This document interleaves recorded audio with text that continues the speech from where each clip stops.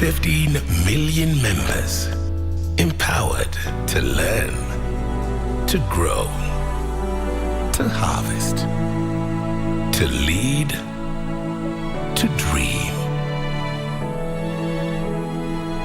Equity. Karibu member.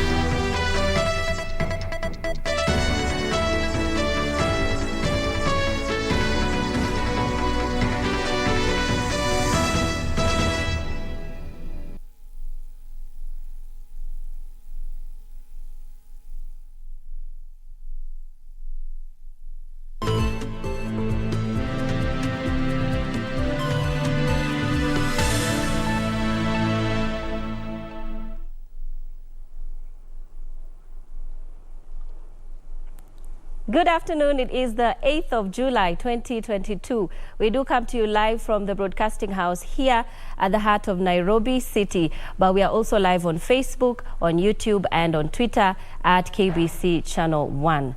I am Nissy Imano. Thank you for making time for us. Now, we want to begin in Movenpick Hotel, where our team is there on the ground covering the farewell to the second-term governors and deputy governors that is currently ongoing at the Movenpick. Let's listen in to His Excellency James Ongwae, who is currently speaking. As that's going for Member of Parliament, we wish you the best. For the first-time governors,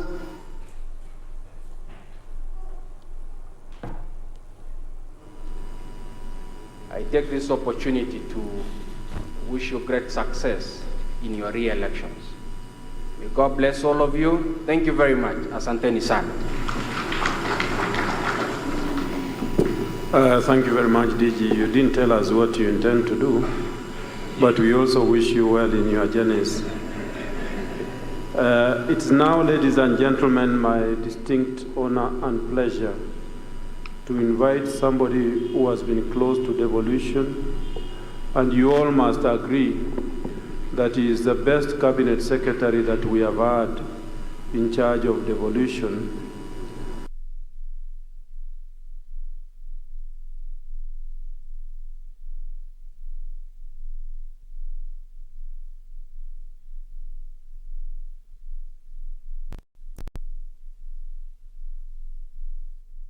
Meeting of the Council of Governors that is going on at the Movenpick Hotel, the farewell to the second-term governors and deputy governors. We will be bringing you a comprehensive report on that a little bit later in our subsequent bulletins. But moving on, Chief Justice Martha Koome has called for urgent action by all relevant authorities to end rampant labor trafficking that the CJ equated to slavery. Speaking during the launch of the Kenya Judicial Bench Book on labor trafficking of persons by the International Association of Women Judges, Kenya chapter, the Chief Justice said the book was going to be incorporated in the judicial system to help end the growing vice. It's another feather added to the cap of the judicial system in Kenya after it launched the Kenya Judicial Bench Book on labor trafficking in an effort to put an end to labor trafficking.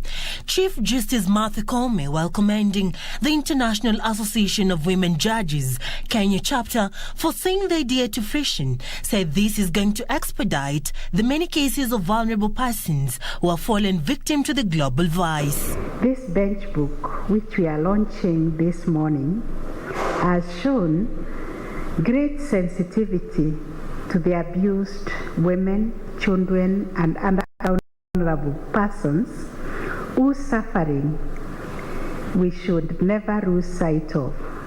Quoting the rampant cases of persons going to the Middle East to seek work and returning in coffins with no justice to their families, Koome says the Victim Approach book will help the judicial system navigate the complex web that has been tough to to solve. Our people who are trafficked, especially to the Middle East, to better their lives, but many of them end up coming back as cargo in coffins, and others having to bear lifelong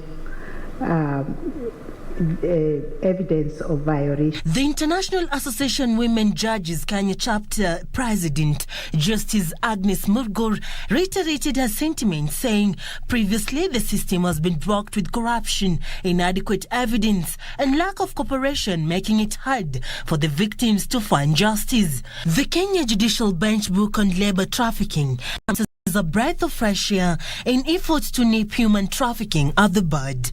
Serafina Robi for Lunchtime News. All right, we are taking you back to Movenpick, the earlier story that I had shared on the Council of Governors farewell that is currently ongoing. Let's take a listen. Indeed, as the COG motto goes, we might be 48 governments, but we remain one united, indivisible nation called Kenya. And there are no Kenyans who belong to the national government, Kenyans who belong to the county governments. We serve the same Kenyans. And that is why in the spirit of Article 6 of our Constitution, we must continue working together in consultation, in collaboration, to be able to resolve challenges that face our great nation, to transform our counties and to transform our country together. And we have seen this happen over the 10 years. We have seen great challenges face us, whether it's climate change, whether it is the COVID-19 pandemic. We came together. We worked together seamlessly as one nation to confront a very invisible enemy who came from far away beyond our borders, and that really faced us and challenged our progress, but we overcame this crisis. So today we want to celebrate you and thank you for your contribution. But also we want to say that the journey is not complete. For those who are serving their first term, we want to wish you well. We hope you win these elections, but even if you don't, you will still be a valued member of the Devolution family. We intend to see how we can manage the transition, because after 10 years of devolution, we are going through a transition. The first generation, the pioneer governors who laid the foundation for devolution in our country with our President Uhuru Kenyatta, will have almost a new crop of governors coming in.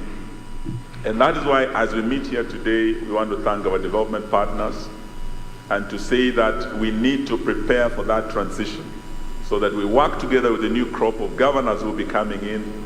We might need a proper induction because we might have almost 35 or 40 new governors. So we must look ahead as we look at the 10-year journey of devolution. We must project the 10-year journey ahead of us of devolution. And as national government, we are in the process of reviewing our devolution policy. It is a participatory process. We will be coming to you, pioneer governors who are living, even as we shape that devolution policy for the next 10 years. Your contribution will be invaluable, and we still hope you will be with us to chart the journey ahead for the new generation of governors who are coming in, so that we can plan 10 years to come. We also must look at the greatest challenges facing us, and one of those is climate change. It is an existential threat facing our country. We want to salute those counties. And as we went to the Devolution Conference in Makueni, I think we had 39 that had already passed legislation to do with climate change.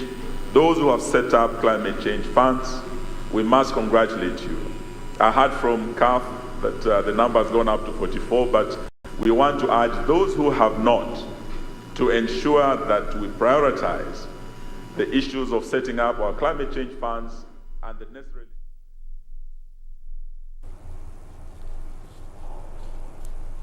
All right, currently speaking is the Cabinet Secretary, Ministry of Devolution, Honorable Eugene Wamalwa, who's speaking at the COG farewell that is currently ongoing at the Moving Peak. Moving on, Interior Cabinet Secretary Fred Matiang'i has declared Monday, July 11th, a public holiday to mark Eid-ul-Adha. Eid-ul-Adha is the second and biggest of the two main holidays celebrated in Islam, the other being Eid-ul-Fitr.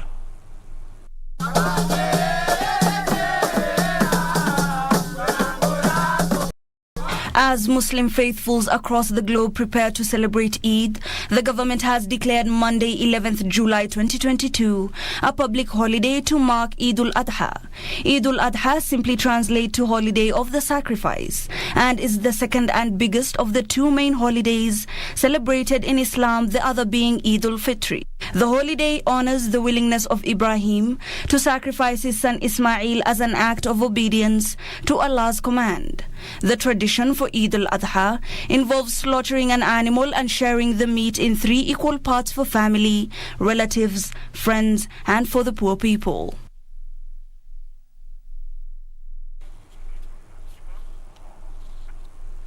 Moving on, squatters at Chepchoina settlement in Trans-Nzoia and West Pokot County want to file a case against the government of Kenya with the International Criminal Court over what they claim is inhumane and unlawful eviction from their land. More than 800 families residing at Kaboto at the Phase 2 scheme were evicted last year to allow vetting of the squatters who benefited from that land. Speaking in Kitale town after the application seeking to have them return to their land at Kitale was revoked, human rights activist Wilfred Ogutu said they have resolved to take the government to ICC for abdicating its duties to resettle them and infringing on their basic human rights. The group has petitioned for the Environment and Lands Court in Kitale over what they claim is inhuman and unlawful eviction. Wakati Moi alipeana 94 mpaka 97 alikumbuka kuna watu wenye walikuwa wanafanya ADC. Ile haja kubwa ilikuwa ni watu wale maskini kama Wapokot, Turkana, Marakwet, wale wanapigana ndio iwe eneo ya amani kuweka watu pamoja. The squatters who are now living in camps along the scheme say they lack basic needs and are often harassed by security officers in the area.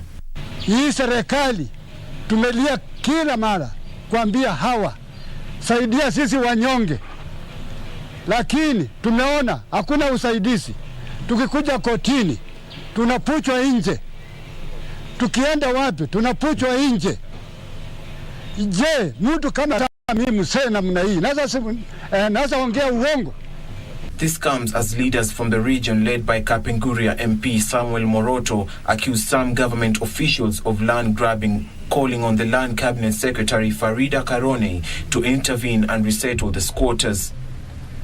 Documents at Kitale High Court revealed that their application to have them back to the disputed land did not meet the threshold since there is an active case in court that will be heard on the 23rd of July. For Lunchtime News, I'm Alvin Kaunda. Crossing over to Busia County now, where communities have been urged to maintain peace and harmony as the country prepares for the August general election.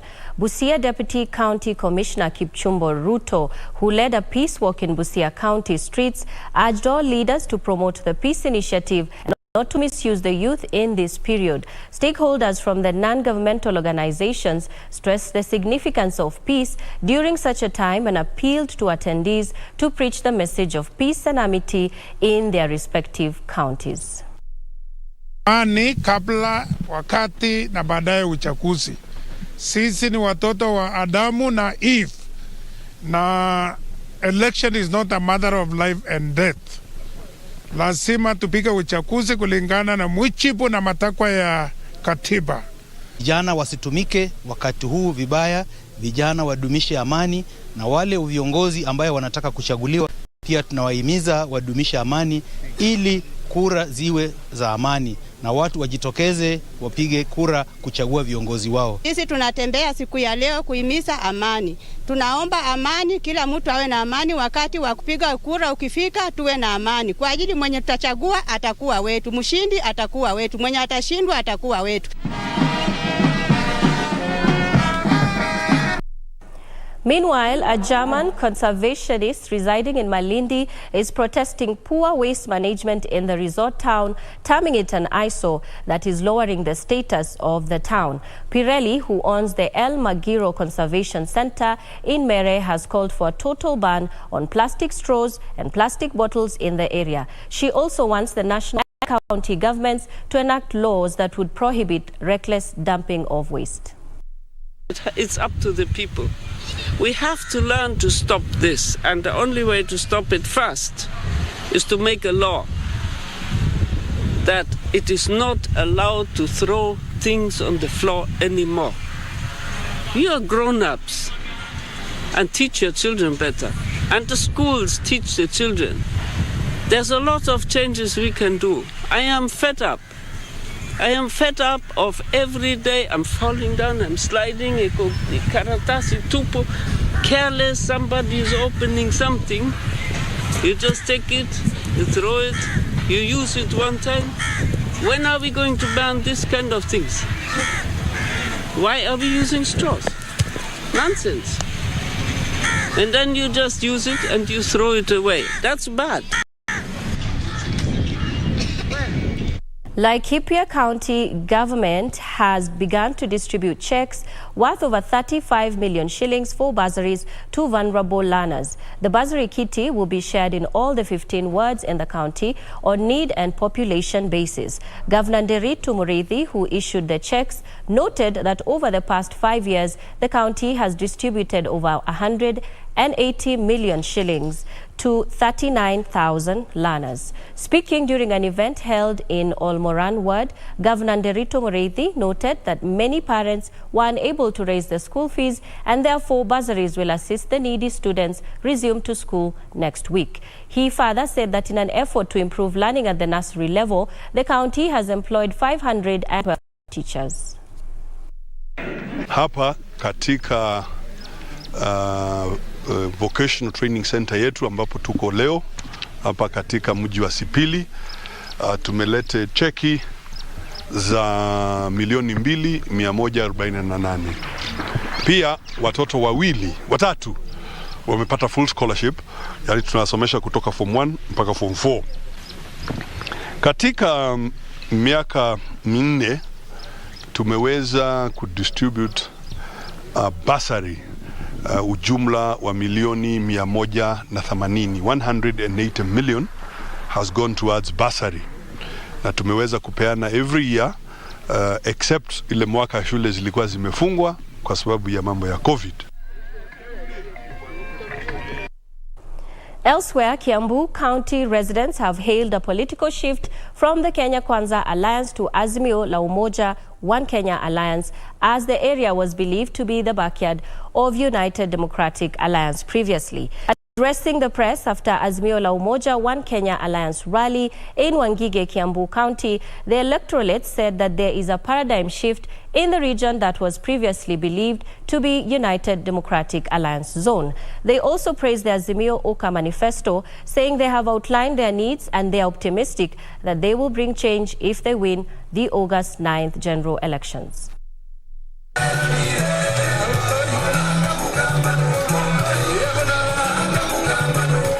Wakati siasa ilipoanza, chama cha UDA ilikuwa imeonekana imeshika kazi sana. Vile baba ameanza kupanda mlima, inaonekana kuna mambo imeanza kubadilika kidogo. Wenye kuangalia mambo yao itakuwa ni baba na mama. Kutakuwa na mabadiliko. Ambia watu wote wachague watu wa Jubilee kwa sababu mkubwa wetu Uhuru Muigai Kenyatta amesema tufuate njia hiyo. And a group of police officers from Central Police Station, in collaboration with the Kenya Olympic participants, this morning held a peaceful walk within the CBD of Nairobi City. According to the security officers, the procession is geared to embrace peace during the election period among Kenyans. Nairobi Central Region OCPD David Mburukwa urged Kenyans to vote peacefully in the August polls to avoid post-election violence. Sentiments echoed by a section of Kenyans who are calling for peaceful polls, saying a more stable country is a pillar to stronger economy.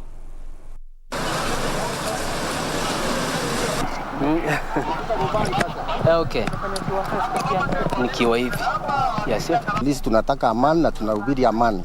Tulianza asubuhi kitu saa 3, tumesunguka CBD yote. Tukiambia wananchi tunataka amani, tunahubiri amani, tunataka hata wakati wa election kuwe na amani. This is an initiative which is being carried out throughout the country. Of course, we have our partners, Special Olympic. These are the people who originated this idea. And in every election cycle, where there is violence, we are at the core, we are at the front line. So we are asking members of public to observe peace. Moving on, Trans-Nzoia security team has summoned 5 candidates, among them MCA candidates, for interrogations over hate speech leaflets circulated in the area. The 5 are alleged to be fueling animosity in Cherangani constituency as political campaigns gain momentum. As the political campaigns gains momentum, the security apparatus in Trans-Nzoia are concerned over conduct of some leaders in the region. Speaking at a public baraza, Cherangani Assistant County Commissioner Kennedy Okembo said at least 5 candidates are under interrogation over hate leaflets. Na wanasiasa wale ambao wako na hawako hapa, ujumbe bado utawafikia ya kuwa serikali iko macho na iko macho zaidi. Okembo said the county commissioner Sam Ojwang is set to hold a security meeting in the region to foster cohesion among residents ahead of the August 9th polls. Priority yetu ni amani kwa wananchi. Kwa vile tumekaa hapa saa hizi, hapa hivi iko na kabila yote, sio? Tuko na Wakisii, tuko na Waluya, mko na Kalenjin, sio? Kabila yote. Na hamjasema. The move comes few days after gubernatorial candidate for Azimio George Natembeya accused his main opponent Chris of divisive politics to divert attention of the people ahead of August polls. Tutapiga kura yetu na tutachunga kura yetu. Yes. Kwa hivyo mtu asifikiri kwamba atakuja kuleta hiyo mchezo ambayo wamezoea kufanya wakati huu. Hapana, wako na watu ambao wanaelewa hii maneno. Kwa hivyo ningependa kuhakikisha jamii zote ambazo ziko hapa kwamba kwangu mmepata kiongozi ambaye atajali maslahi ya jamii zote katika kaunti yetu ya Trans-Nzoia. The development comes when political leaders in the area are calling for political sobriety and sale of agendas instead of whipping tribal emotions. Ruth Wamboy for Lunchtime News. And a section of South Mugirango residents in Kisii County have decried unfair recruitment of clerks by IEBC in the county. The residents, who included university students, held demos at Nyamarambe, where they accused the electoral agency of lack of transparency in the recruitment process. Elsewhere, the Kipsigis Council of Elders has opposed the categorization of Kericho County as one of the hotspot counties ahead of the general elections. Business was partially disrupted at Nyamarambe. Held demos lamenting irregular recruitment of clerks by IEBC. The protesters, who included university students, claimed the area returning officer had displayed signs of being compromised by holding secret meetings with a particular election candidate over the recruitment. Why was the interview done in phases, the last one being 1 week after the first one was done? What was this being reorganized when it was post? Number 4, why does the returning officer hold meetings with one particular candidate out of the designated official working places and at odd hours? Responding to the complaint, constituency returning officer Nixon Nyamoya challenged the demonstrators to provide proof of official engagement with the officials. This as Makueni Senator Mutula Kilonzo Jr. called on IEBC's chair Wafula Chebukati to ensure they answer questions on credibility of the August 9 polls being raised daily to avoid voter apathy in some regions across the country. IEBC is supposed to give Kenyans the confidence that they are in charge of the process. The allegations made against Senator Wetangula or others, they should clear them. They should say so clearly as to whether there was any influence, etc., etc. The questions raised as to the question on the issue of the register must be sorted. Chebukati must tell Kenyans, give a press briefing if possible for the next 30 days. Meanwhile, the Kipsigis Council of Elders has opposed the categorization of Kericho County as one of the hotspot counties. Led by Chairman Reverend Paul Lelioto, the elders say communities living in Kericho County are peaceful, hence no need to profile. Na kitu ambacho tumehimiza ni wito, tumetoa wito kama wazee kwamba hii uchaguzi uwe na amani. And the church in Embu County has come under fire from the section of Jubilee Party candidates for taking political sides in the run-up to the general elections. I find it very unfortunate that the church, for example, in Embu, has decided, for example, to preach to the congregants, we are supporting this candidate A and not candidate B. What will happen if candidate B wins and their candidate A did not win? Are you going to tell your congregants that therefore God has cheated on them or that the will of God was not done? What are they going to do? They must remain neutral. Gishoki Washira, Lunchtime News. Elsewhere, a section of conservationists now want Roots Party presidential candidate George Wajackoyah to desist from what they term as misleading Kenyans on wildlife products. The conservationists, who say profiling of hyenas and snakes as animals of high value to generate revenue for the country from his presidential manifesto, is not only misleading but posing a threat to their existence. They now want the remarks withdrawn, failure to which they will head to court. Roots Party presidential candidate's manifesto has received mixed reactions across the nation. While the ideas are gaining popularity, especially among the young generation, a section of conservationists have opposed his proposals. They want Wajackoyah to withdraw the statement profiling hyenas and snakes as animals of high value to generate revenue for the country from his presidential manifesto, failure to which he will risk court injunctions. I'm only giving a professor 3 days. If he does not withdraw his statements, I'll go to court as a conservation manager with certificate of agency to get court order to buy him from using part of hyena as is part of his presidential manifesto. The conservationists say Professor Wajackoyah ought to have illustrated in his manifesto now his government will work with internal and external investors to improve conservation and tourism for the benefit of the country should he be elected into office. Those reckless statements by Root presidential candidate Professor Wajackoyah has really given appetite to poachers, and they are now roaming all over looking for hyenas. And furthermore, he has also issued a press statement that black mamba, as the phenomenon of black mamba has value. And this has really endangered the lives of Kenyans because we know black mambas are highly poisonous snakes. The move has also received support from a section of residents from Samburu who say hyenas are among wild animals that attract visitors in the region, including researchers and tourists who promote tourism generating income and employment opportunities for the local communities.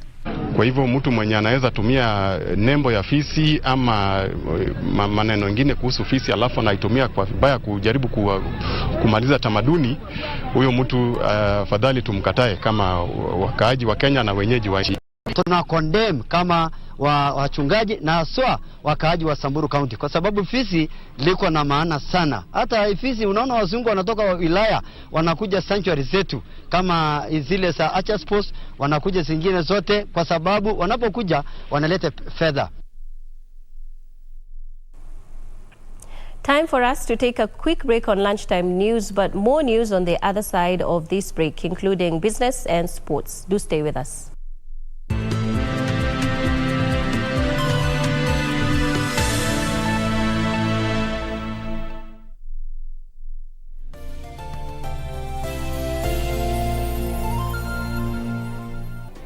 Do you have a news story to share with KBC? Get in touch swiftly on email news@kbc.co.ke or call 0723-892-654 or 0734-780-124. We shall legalize weed. Professor George Luchiri Wajakoya of the Roots Party. Semeni Babakea. Babakea.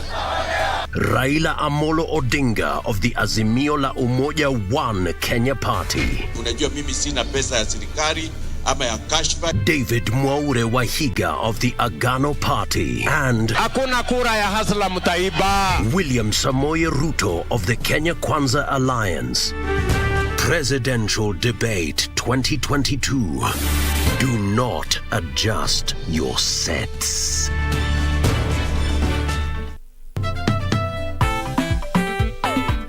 Aginye fara, if it was you ungefanya nini? Barmi angeshika ya mtu. I put him in a tari, remove all the gallons. Have a tablet. Alafu nagatagate yama pieces kadogo kama ile ya nyeri. Omera, this is my phone. It is not yours. Of course it's yours, but it is tapping. Why are you people intruding into my personal life? Hey, leta muda yangu. What is wrong with you? Let me go, you crazy woman. Ndio crazy. Leta muda yangu. No, come here. Leta muda yangu. Kamene, calm down.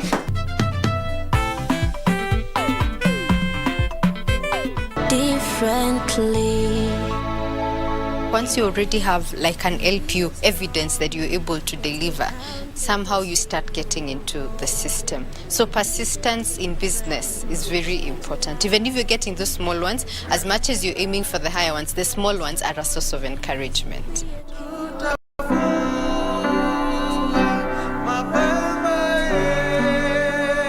I can see the results in the students' eyes.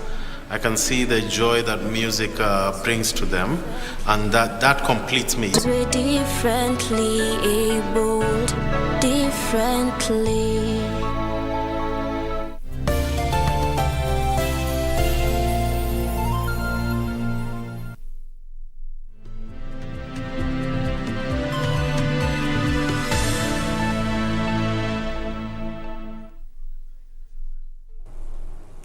Welcome back. Thank you for staying with Lunchtime News. Now moving on, Nakuru County is now the second county after Kiambu with the highest number of municipalities. This is after the Governor Lee Kinyanjui issued a charter elevating Gilgil and Molo into municipalities. The new move will now see the two towns receive more financial support from the national government and donor agencies. Speaking during the issuing of the charter for Gilgil, Nakuru Governor Lee Kinyanjui noted that the new state has acquired by Gilgil and Molo will help in the issues of planning and development, adding that under the plan, Naivasha, Gilgil and Molo municipalities would in the coming financial year get 100 million shillings towards addressing the issues of housing, sewerage and drainage, among other services. Mambo ya maji taka mahali itapelekwa, barabara zitatengenezwa namna gani, stadium kama hii iweze kupangiwa vizuri, hata tutaweza kuattract other activities, sports, the national events zitaanza kuja hapa Gilgil. Governor Lee said that the next phase would involve zoning where public land, industrial parks and other amenities will be identified, while also adding that government services like Huduma centers would be brought closer to the people.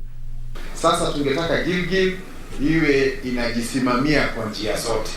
Na hivyo ni kumaanisha tutakuwa na a fully fledged social hall, tutahakikisha pia tuko na municipal planner, municipal surveyor, na mambo hiyo yote iweze kufanyika hapa.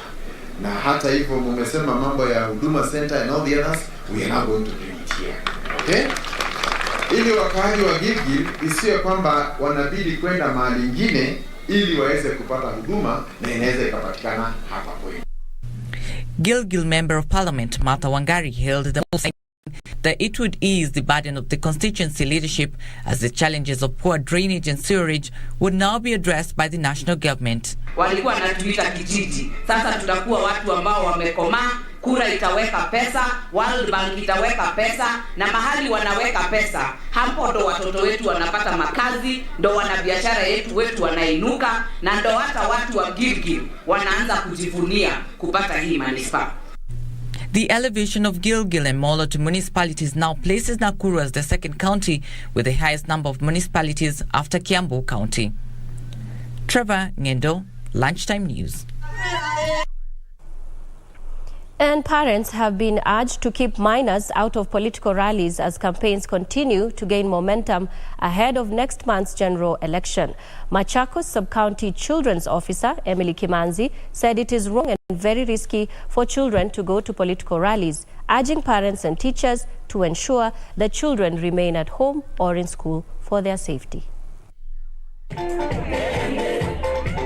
Machakos County has been cited as one of the counties where minors have been spotted in political campaigns during this 1 week school's holiday. The Children's Act imetosha, even the Constitution. Anybody below 18 years, kuna mambo hastahili kuhusishwa nayo. Sababu sasa unawachukua wakapige kelele ama unawachukua kwa sababu gani? Hawana votes. Yeah? Let children be children. Tafuta watu wazima wa kusaidia kelele zako na hayo mambo mengine wewe mwanasiasa ambaye unataka. The area children's officer Emily Kimanzi was speaking during the 20th graduation ceremony at Jitegeme Children's Program in Machakos County, called on the political class to stop giving minors handouts. Is wrong kwa sababu katika ofisi yangu nimepokea hizo complaints. Wanataka kila mtu apewe kitu katika hizo political campaigns. Mtoto hana kura, mzazi mtoto hana kura, and we will make sure kama wewe unapeleka mtoto wako campaign, tafadhali wazazi tusaidieni. According to Kimanzi, several times children, especially those in high school, have been spotted running around in campaigns, some even holding posters team politicians. Frederick Mwoki for Lunchtime News. Moving on, former Japanese Prime Minister Shinzo Abe was shot dead during a campaign speech Friday in western Japan. Abe immediately collapsed and was seen bleeding as per eyewitness reports before being airlifted to hospital. The suspected attacker, reported to be a male in his 40s, was tackled in the scene and arrested. Abe, who is 67, was Japan's longest-serving leader before stepping down in 2020, citing health reasons. He was said to be in a state of cardiopulmonary arrest, the term often used before a death is officially confirmed in Japan. The attack has come as a shock to many, as Japan is believed to be one of the world's safest nations due to the strict gun control laws.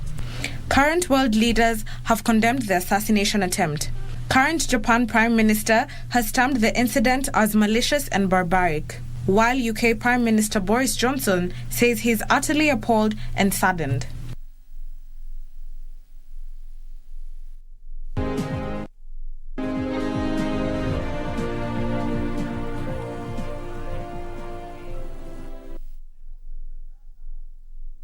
The day's business. Tea production in the country has recorded a year-on-year drop of 3.12 million kilograms owing to depressed and erratic rainfall and the effects of the La Nina weather conditions in tea growing.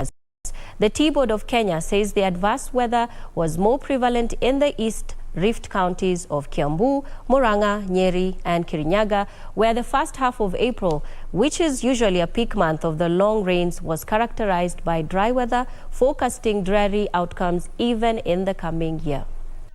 Tea production recorded in April this year dropped to 41.1 million kilograms, a 3 million kilo drop from 44.3 million kilos recorded last year. This number falls even shorter than the records in March 2021 when Kenya had produced 46.3 million kilos of tea. The Tea Board of Kenya is now sounding the alarm over the drastic production drop, mostly attributed to the adverse effects of climate change. Tea production in the first 4 months was lower than that of the previous year by 8.28 million kilos, standing at 177 million kilos. In areas east of the Rift Valley, there was a drop of 4.06 million kilos in output from 14.54 million kilos. In the west of Rift Valley, the effect was largely felt in Nandi County, but the region still had a marginal increase of 0.93 million kilos. In the first 4 months of 2021, the country cumulatively recorded 185.3 million kilos. Parts of East Rift Valley recorded extremely dry conditions with precipitation of between 2 to 10 millimeters daily in the period. The total export volumes for the month of April this year were lower by 20%, from 49.4 million kilos last year to 39.6 million kilos this year. The decline in export volumes was majorly due to lower demand and the effects of the Russia-Ukraine war. Kenya tea was shipped to 45 export destinations compared to 46 last year.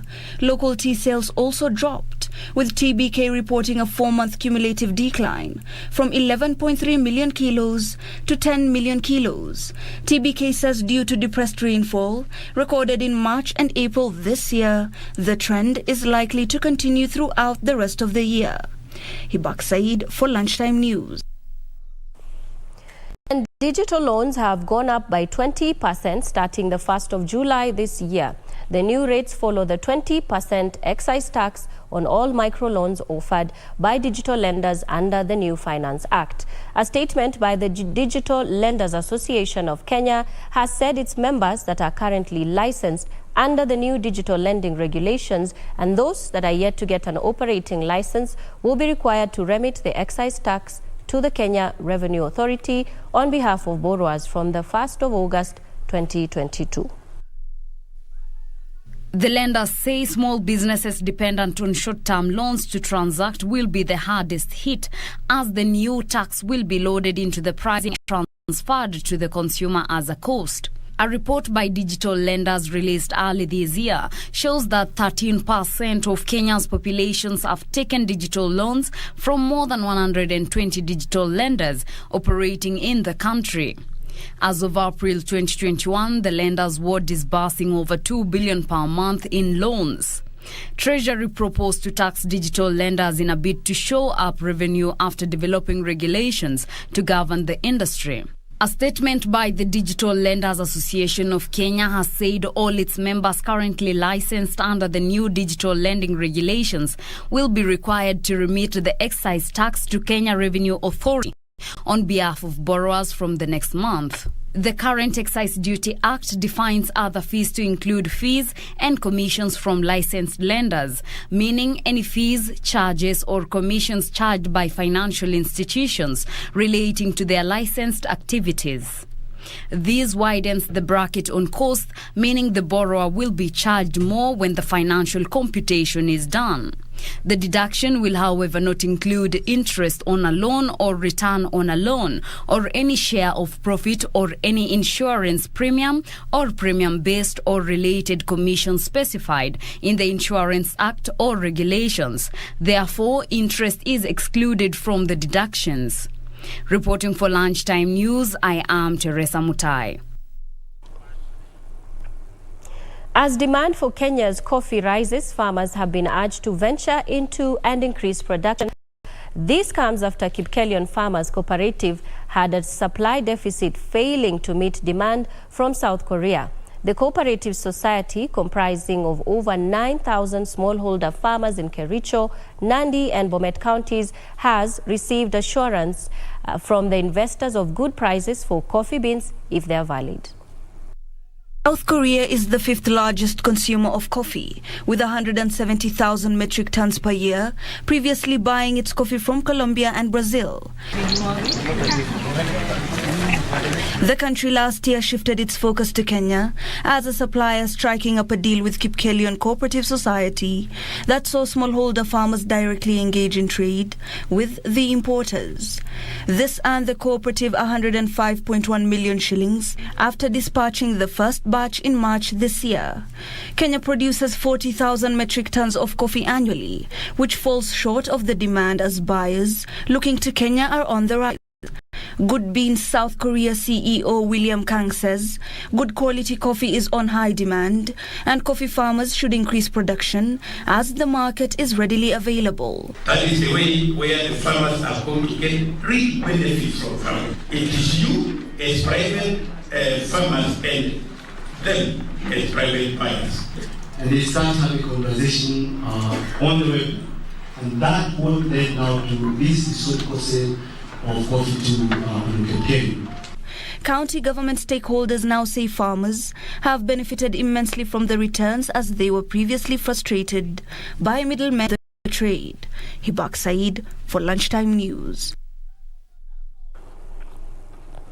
And Migori County government is looking to increase uptake of clean energy through policy formulation meant to regulate the use and access to various energy sources within the county. The county is working with the Kenya Climate Change Working Group to map the county's energy demands. Commitment to the energy sector has seen 86.8% of the country's energy mix derived from renewable energy sources, with 45% coming from geothermal energy. These achievements have contributed towards Kenya's target of reducing greenhouse gas emissions by 30% in the race to help mitigate the adverse effects of climate change. In line with this, the county government of Migori has liaised to the Kenya Climate Change Working Group to ensure the county's energy demands are met. The initiative entails the launch of a toolkit that will engage the formulation of policies aimed at regulating the use and access to energy sources. Industry players noted that the toolkit would ensure ease of access to affordable energy for rural communities, whilst committing to avert the damage caused to the country's forest cover. Toolkit as a decision-making toolkit that will enable the county to be able to come up with policies that are informed, because through this toolkit they'll be able to collect all the information within the energy usage in their county, but also how much resource they have as a county to be able to generate electricity closer to the users. County is in the process of finding ways of ensuring they also first get a piece of the waste from Sony Sugar, so that we are able to influence the community, so that they are able to think in terms of, they need to align their thoughts in terms of using briquettes instead of firewood. The exercise will aid in mapping out areas with high green energy demand to supplement production. What we need is to have mechanisms like in the county now, to have baskets of money which can be able to give again people access to money to buy solar equipment, to buy solar lanterns, to buy solar pumps, to buy things around renewable energy. Ndotamo Kami for Lunchtime News. Meanwhile, manifestos presented by different political parties fell under heavy scrutiny in the social media corridors. Cyber surfers have been breaking down the promises made by the presidential candidates, posing various questions on how and whether they will be executed. However, most say the manifestos will not hold. A public declaration of policy and aim.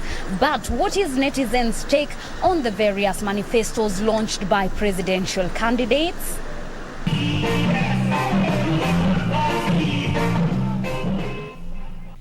It looks like the eagerly awaited manifestos, also termed as game changers, did not meet the expectations of many.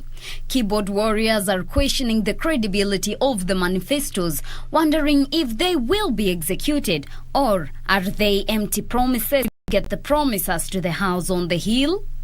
Rufus tweeted, "Who told these politicians we want free stuff? We just need working structures, proper security, working hospitals, affordable insurance, affordable loans, lower taxes on base products like petrol, and most crucial, a working judiciary. If the government was a profit-making entity, we would demand for free stuff. But we know we are in great debt, and most government spendings come from higher taxes and higher loans." Peter wrote, "On education, you could have just said no interest on HELB and other higher education loan, but saying free university education." Thinking emoji. Wool up, nigga. Wool up, wool up, wool up. Just wool up. Youth Nation asked, "What advancements in renewable energy?"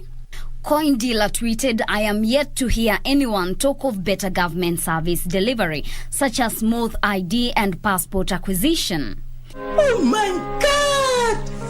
Wow! However, Professor George Wajakoya Manifestos was the cherry on top of the cake, for it gave netizens juicy content to devour.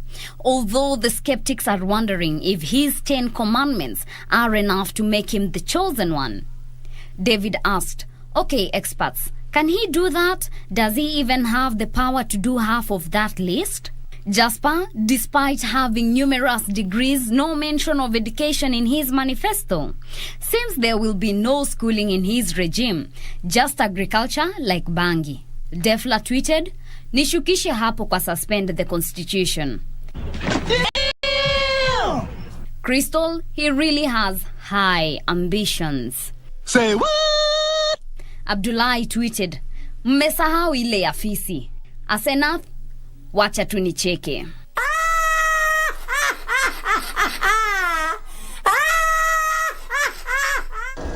That was some of the keyboard warriors' take on the manifestos, who now hope to see what the incoming government will implement. Reporting for Lunchtime News, I am Teresa Mutai. Moving on, the UK businesses have called for stability after Prime Minister Boris Johnson resigned as Conservative leader and the race to find a successor began. The Confederation of British Industry said the political vacuum needs to be filled at speed to protect people's living standards. Details of this and more in news from across the globe. The Institute of Directors warned that what businesses hate most is uncertainty and instability. Johnson has said he intends to stay on as Prime Minister until a new Tory leader is chosen, but it is not yet clear when that will happen. Some members of Parliament and business leaders suggested he should go sooner rather than later to allow a new administration to try to tackle the sharpest rise in the cost of living for 40 years, which millions of UK households are struggling with. Business Secretary Kwasi Kwarteng tweeted that a new leader was needed as soon as practicable. The pound rose earlier on Thursday as news broke that Mr. Johnson will step down, though it ticked back $1.1964 in the hours afterwards. Investors have been concerned about recession around the world as energy prices continue to soar, and about UK economic stagnation. Elsewhere, the boss of Boeing has warned that there is a risk the plane maker may be forced to axe out its 737 MAX 10 jet over potential regulatory issues. The company faces a deadline at the end of this year to secure approval for passenger jet from the US authorities. The MAX 10 is the latest and largest plane in the 737 family, which has been scrutinized after 2 fatal crashes. However, the company is committed to meeting regulators' requirements and those of their customers to satisfy and deliver the 737-10, as safety remains the driving factor in these efforts. Earlier this year, the FAA warned Boeing that it may not receive certification for the MAX 10 by the end of this year. Boeing has more than 600 MAX 10 jets on order from 18 customers, including British Airways owners and the United Airlines. The US requirements were introduced after the other model in the 737 MAX line were involved in a fatal crash in Indonesia and Ethiopia, in which 346 people were killed. The entire global fleet of 737 MAX aircraft was grounded after the Ethiopian airline crash in 2019. Finally, strike action by about 700 British Airways check-in staff at Heathrow has been suspended after unions said the airline has made a vastly improved pay offer. Last month, workers who are mostly check-in staff voted to go on a strike over pay, with unions saying the action was due to a 10% pay cut imposed during the peak of the pandemic not being reinstated. The airline had originally offered a 10% temporary bonus for staff instead of a reversal of the pay cuts. It is understood that the offer, which was rejected by the unions representing check-in staff, has been accepted by other parts of British Airways businesses, including by ground operations, engineering, and cabin crew workers. We are switching gears to sports now, where the Spanish tennis Rafael Nadal has withdrawn from his Wimbledon semi-final against Nick Kyrgios with an abdominal injury. The 36-year-old Spanish second seed received treatment during his quarter-final against Taylor Fritz on Wednesday, but pushed through the pain to win in 5 sets. Kyrgios will play Novak Djokovic or Cameron Norrie in Sunday's final. Nadal confirmed he has a tear in his abdominal muscle, which means he would not be able to be competitive over 2 matches. The two-time Wimbledon champion had been on course for a calendar Grand Slam, having won the Australian and French Opens already this year. Forehands and backhands, and attempted a couple of serves at very reduced speeds, according to reports. That's all the time we had here at KBC Channel 1 Lunchtime News. More news on our website at www.kbc.co.ke. I am Nissy Imano. Byron Abuli has been our sign language interpreter this afternoon. Thank you for watching. Enjoy the rest of your afternoon.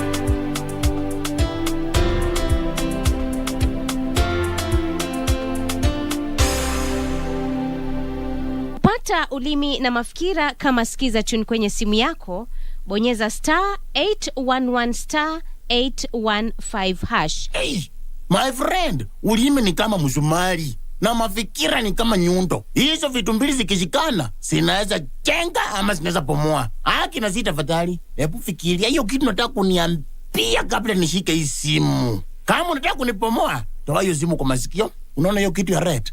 Finya hiyo kitu ya red.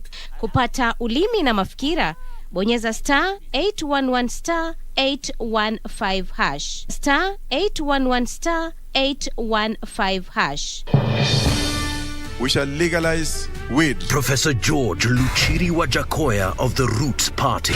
Semeni Babakea. Babakea.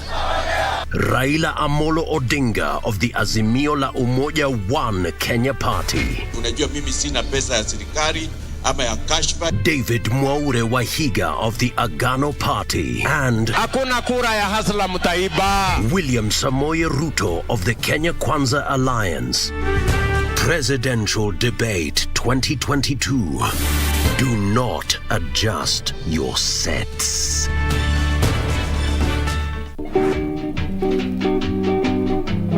Brother, talk of the devil, the Satan it disappear. You are alone. Abana sina mati hiyo hakuna. No, na kwa huyu asikiki kizungu. Ajui kizungu eh?